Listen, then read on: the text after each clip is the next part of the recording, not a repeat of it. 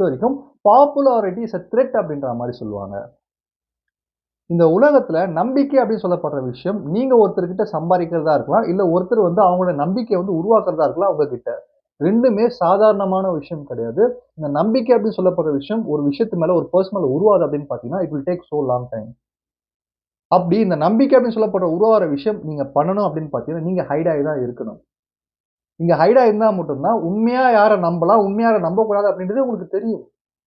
எல்லாத்தையுமே தாண்டி உங்களோட டிசிஷன் மேக்கிங். இந்த வீடியோ பார்த்துட்டு இருக்க நீங்க, உங்க லைஃப்ல இந்த டிசிஷன நான் என்ன வச்சு தான் எடுத்தேன். இது ஃபுல் அண்ட் ஃபுல் என்னோட டிசிஷன் தான். என்னோட பேரன்ட்ஸோட இன்ஃப்ளூயன்ஸ் கிடையாது. என்னோட ஃபிரெண்ட்ஸோட இன்ஃப்ளூயன்ஸ் கிடையாதுன்னு சொல்லிட்டு, உங்க டிசிஷன் ஏதாவது ஒரு டிசிஷன் சொல்ல முடிஞ்சுதுன்னா, நீங்க சக்சஸ் பண்ணிட்டீங்க லைஃப்லன்னு அர்த்தம்.